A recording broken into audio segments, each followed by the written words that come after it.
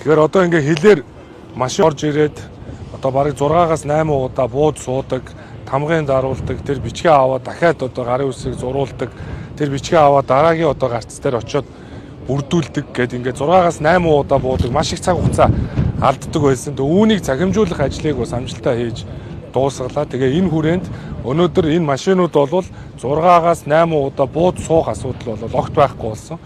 Хэрвээ одоо энэ гашуун сухатын бомб тэр ирээд харуул бараг одоо 15-6 км машины одоо очор дараал үүсдэг байсан асуудал бол энд одоо байхгүй болсон. Тэгэхээр энэ бол юу гэхээр зөв зохион байгуулалт менежменттэй холбоотой, дээрээс нь одоо цахимжуулсантай бол бүрэн холбоотой гэж бол хэлж болно. Машинууд маш хурдан шуурхаа нэвтэрж байна. Тэгэхээр ухаалаг гарц бол төрийн хүн сурталыг бууруулахад маш одоо том дэмжлэг болж байна. Тэгэхээр одоо бүхий л одоо мэдээллүүд энэ цахим дээр нэгтгэгчлээ. Заавал иргэнээс нэхэхэ боллоо. Цаас одоо шаардгаа боллоо. Тэр гарч байгаа, орж байгаа бүх мэдээллүүд бүртгэгддэг болсон одоо ач холбогдол бол гарч ийна гэж хэлж болно.